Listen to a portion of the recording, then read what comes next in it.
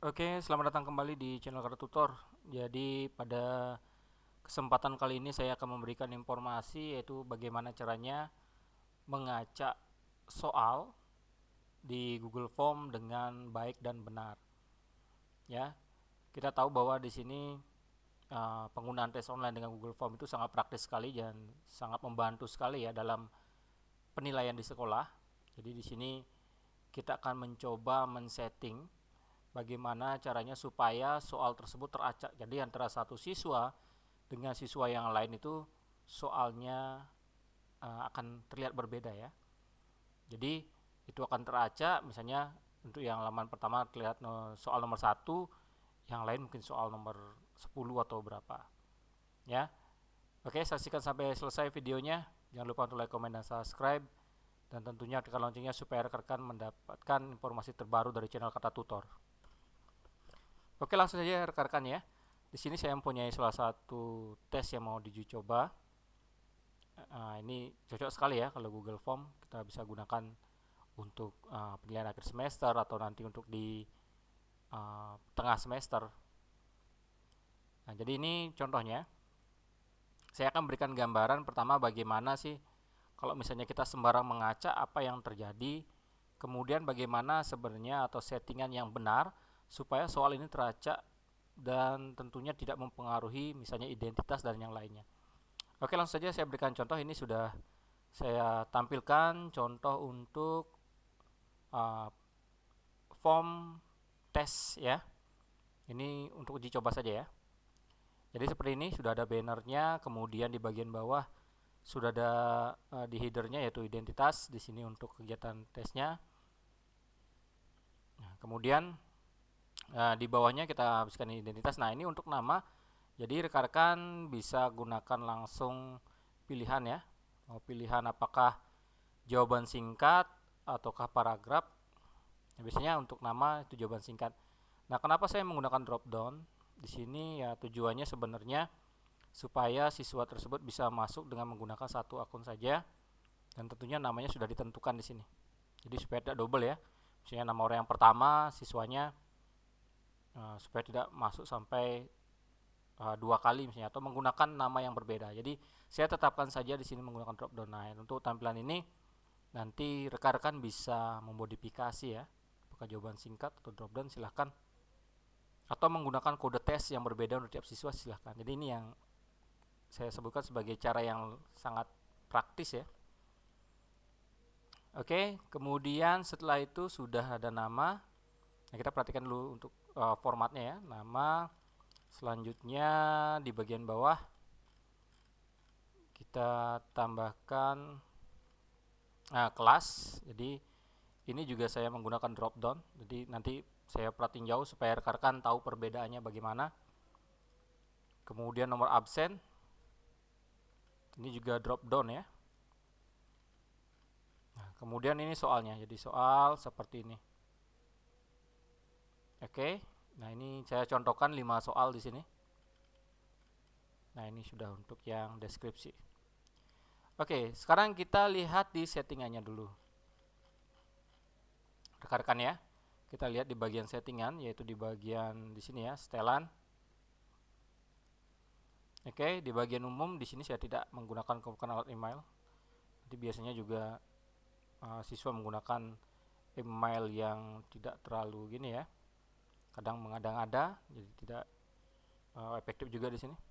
Kemudian untuk perlu masuk kita batasi untuk satu akun itu, satu akun Google itu bisa hanya memberikan satu tanggapan saja.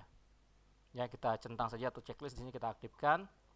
Kemudian di bagian presentasi di sini kita berikan informasi ya, misalnya setelah menyelesaikan progres ini, nah, siswa mendapatkan pesan konfirmasi bahwa di sana mengucapkan terima kasih sudah mengerjakan tes tersebut.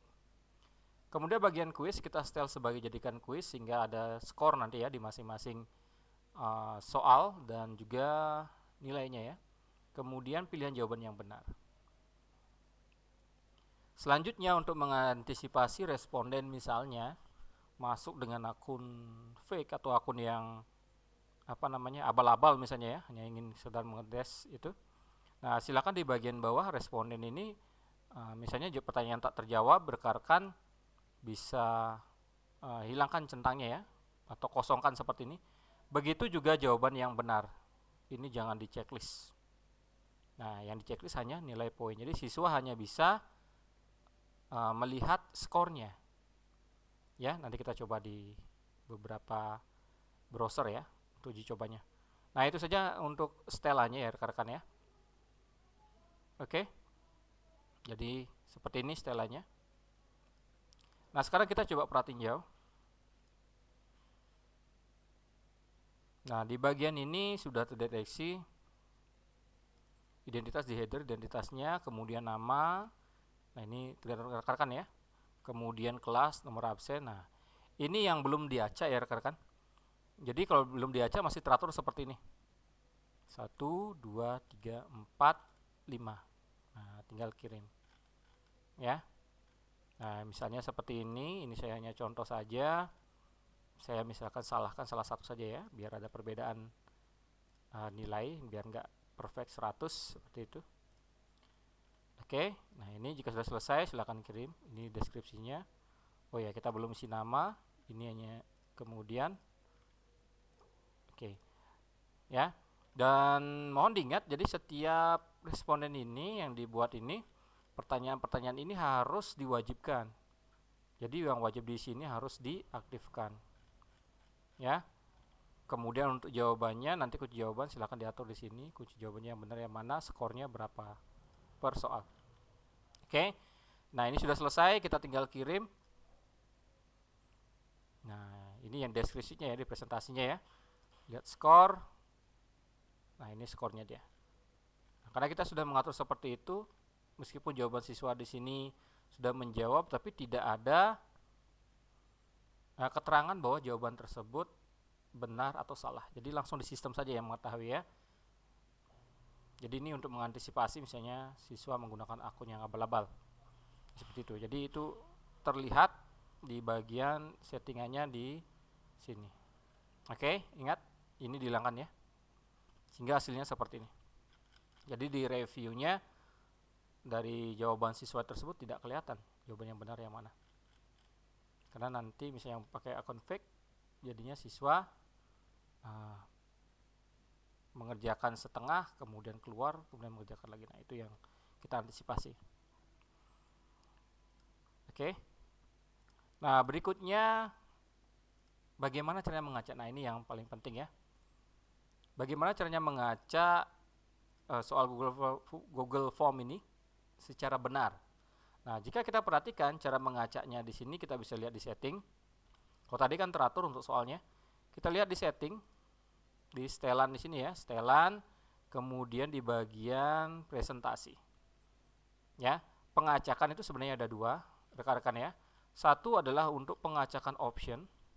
Jadi pengacakan option ini kita bisa lihat di bawah, di bagian bawah di sini ya.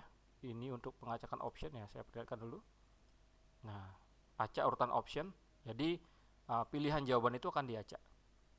Ya, tetapi soalnya tidak diacak, tetap dia 1, 2, 3, 4, hanya optionnya antara A, B, C, D atau E itu akan diacak.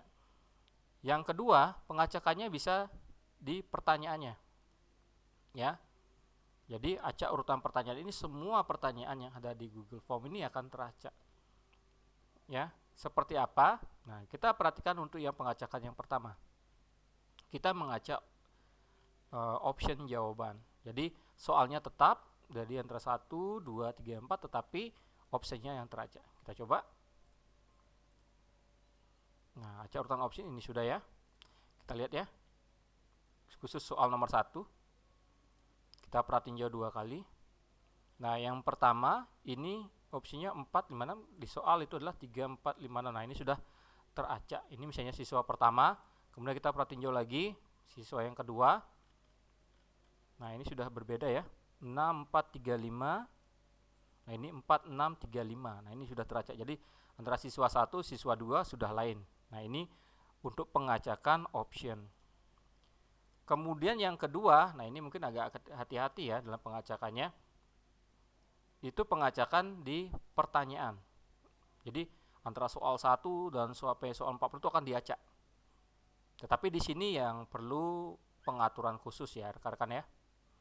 Nah, ini di bagian setelan, sekali lagi di bagian setelan, kemudian presentasi, diacak urutan pertanyaan, kita simpan. Nah, kita lihat bedanya. Nah, jika diperhatikan di bagian pratinjau, nah yang terjadi jika rekan-rekan melakukan pengacakan tersebut, yang terjadi seperti ini. Ya rekan-rekan ya. Nah, saya buat dulu perbedaannya, saya nonaktifkan dulu pengacakannya.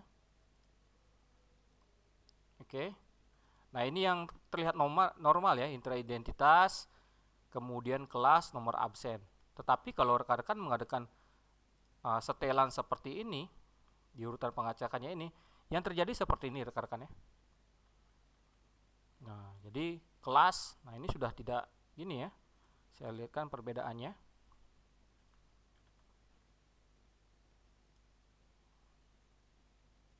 Oke. Nah, jika rekan-rekan perhatikan, ini yang teratur yang di sebelah kiri saya. Yang di kanan ini yang sudah kita atur untuk pengacakan pertanyaan. Nah, jadi seperti ini. Kalau di ini yang masih normal itu nama, kelas, nomor absennya. Sedangkan yang di sini yang di sebelah kanan, nah ini teracak sampai dengan identitasnya teracak. Jadi mohon hati-hati yang melakukan pengaturan ini. Ya. Nah, terus bagaimana teknisnya supaya pengacakan soal ini bagus dan teratur seperti yang normal ini? Nah, ini yang kita akan bahas sekarang ya. Itu pengaturannya ada beberapa cara. Karena ini yang normal. Nah, sekarang kita lihat, kita ulang lagi. Kita atur dulu di bagian format awal, yaitu dengan menambahkan deskripsi. Deskripsi yang mana? Jika rekan-rekan pilih klik di beberapa pertanyaan, nah di bagian kanan ini ada beberapa pilihan pertanyaannya. Ada import pertanyaan, ada tambahkan judul dan deskripsi, ada import gambar. Nah, yang digunakan itu adalah di bagian tambahkan judul dan deskripsi. Nah, seperti apa? Nah, misalnya di sini adalah pertama kita memberikan identitas, judulnya. Jadi nama, kelas, nomor absen ini adalah identitas siswa. Nah, kita tambahkan dulu. Ya, kita tambahkan deskripsi, judul dan deskripsi, kita klik. Ini adalah identitas. Nah, kemudian di sini isi deskripsinya. Kasih judul, isi deskripsi, lengkapi misalnya lengkapi tas berikut. Oke. Nah, jika sudah dan supaya nama kemudian kelas dan nomor absen teratur seperti ini, tidak teracak. Nah, kita juga tambahkan deskripsi rekan-rekan ya. Jadi untuk mengantisipasi sebagai pembatas ya, sehingga nama, kelas, nomor absen juga tidak teracak. Kita tambahkan deskripsi, jadi setelah nama kita tambahkan deskripsi. Oke, tapi di sini kita kosongkan. Jadi ini seperti pembatas biasa, tapi tidak akan kelihatan nanti di soalnya ya.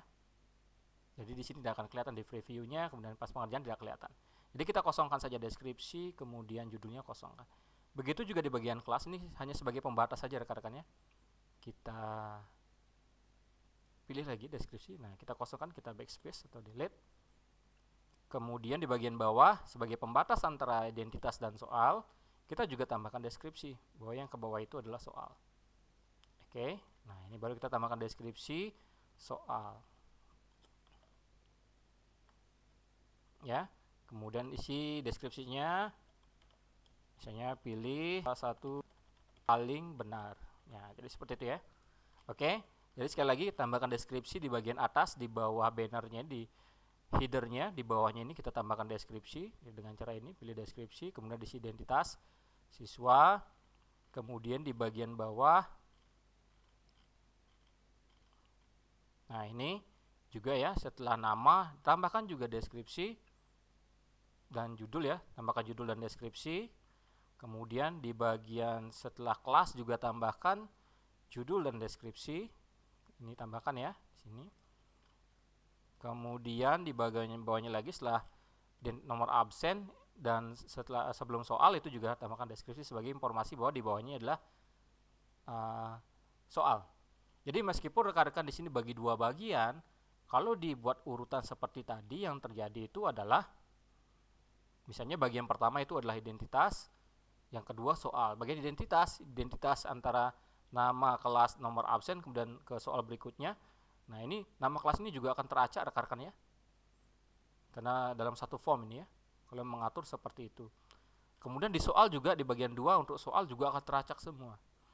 Jadi untuk mengantisipasi misalnya ini adalah ya, meskipun pakai dua bagian satu identitas, bagian kedua soal, nah supaya aman dan tentunya pengacakannya baik dan benar, nah kita pilih seperti tadi ya. Kalau mau pakai bagian silahkan. Nah, nanti kita coba pakai bagian seperti apa jadinya. Oke, sekarang ini yang satu bagian ya, satu bagian. Sekarang kita perhatiin jauh rekan-rekan ya. Nah, ini yang normal seperti biasa, jadi supaya ada perbedaan. Baik, saya perhatiin jauh. Oke, nah rekan-rekan bisa bandingkan. Ini yang sebelumnya kita mengacak dengan cara biasa, yang terjadi seperti ini. Jadi yang pertama kelas ya. Nah, sedangkan kalau kita tes lagi, nah berubah lagi. Nah, ini sudah sesuai ya yang tadi ya. Nah, kita refresh. Nah, seperti ini hasilnya rekan-rekan ya. Oke. Jadi ada identitasnya, kemudian nama, kelas, nomor, soal. Nah, di bawah yang akan teracak. Kita lihat lagi review yang kedua, misalnya untuk siswa yang kedua. Ini siswa pertama misalnya, kita refresh dulu. Ya.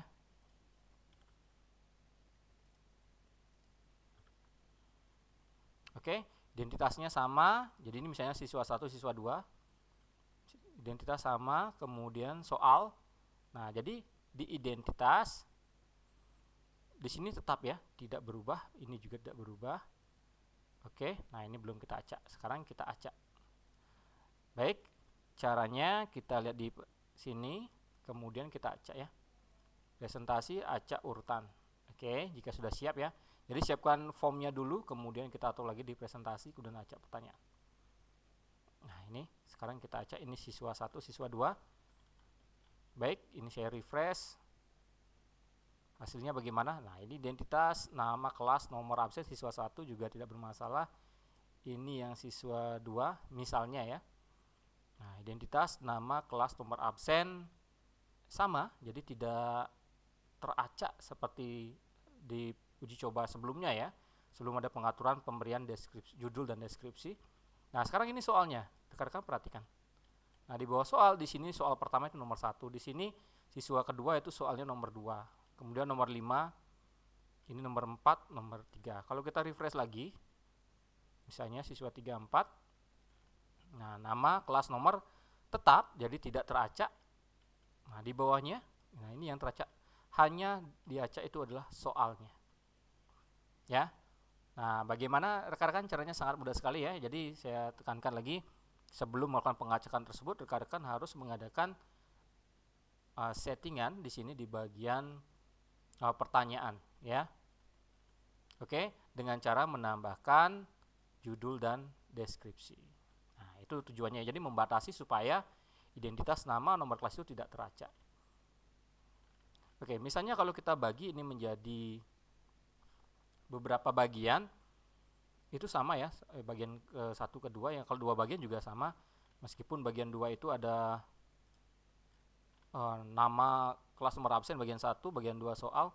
Nah, ini bagian 1 juga ikut teracak, bagian 2 juga ikut teracak. Ya, cuma posisinya berubah. Nah, sekarang yang ini satu bagian atau 20 ataupun 2 bagian juga bisa. Meskipun soalnya diacak, ini tidak ya. Kita coba ya. Ini kita sudah coba. Jadi, meskipun 2 bagian harus diatur seperti ini juga. Kita lihat di bagian bawah, kita tambahkan. Oke, ini yang 2 bagian. Kita mau lihat dulu hasilnya apakah sama atau berbeda. Nah, kita lihat ini yang bagian kedua. Soal.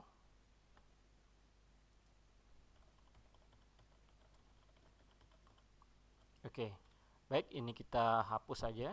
Ini biar tidak kelihatan. Ya. Sehingga kita lihat di pratinjau ini menjadi 2 bagian. Jadi siswa akan memberikan nama dulu, kemudian kelas, kemudian nomor absen. Setelah itu baru berikutnya. Jadi meskipun diacak ini namanya berurut ya, nama, kelas, nomor absen. Berikutnya, nah yang terjadi soalnya yang teracak. Oke. Dan sekarang pertanyaannya bagaimana dengan hasilnya? Apakah hasilnya kalau diekspor di Excel akan berubah meskipun teracak? Nah, kita coba ya. Misalnya ini soal pertama 3, kemudian 4, kemudian 2, kemudian 5, terakhir 1. Nah, kita lihat dikirim. Oke, kita lihat skor. Nah, ini sudah dapat 100, ini reviewnya. Nah, sekarang kita coba lihat di bagian respon, yaitu di bagian ekspornya di sini, spreadsheet.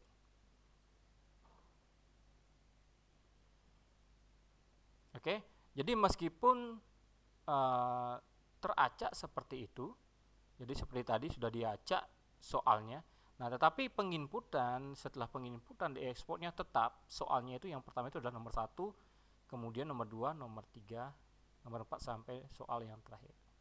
Jadi rekan-rekan tidak perlu takut lagi ya mencoba ya. Nah, ini untuk skornya. Oke. Baik. Itu saja video dari saya untuk hari ini. Semoga bermanfaat dan selamat mencoba, dan jangan lupa untuk like, komen, dan subscribe ya bagi yang belum subscribe, supaya rekan-rekan bisa membantu untuk membangun channel ini, dan tentunya aktifkan loncengnya supaya rekan-rekan mendapat informasi terbaru dari channel Kata Tutor. Selamat mencoba, semoga video ini bermanfaat, dan sampai jumpa lagi di video berikutnya.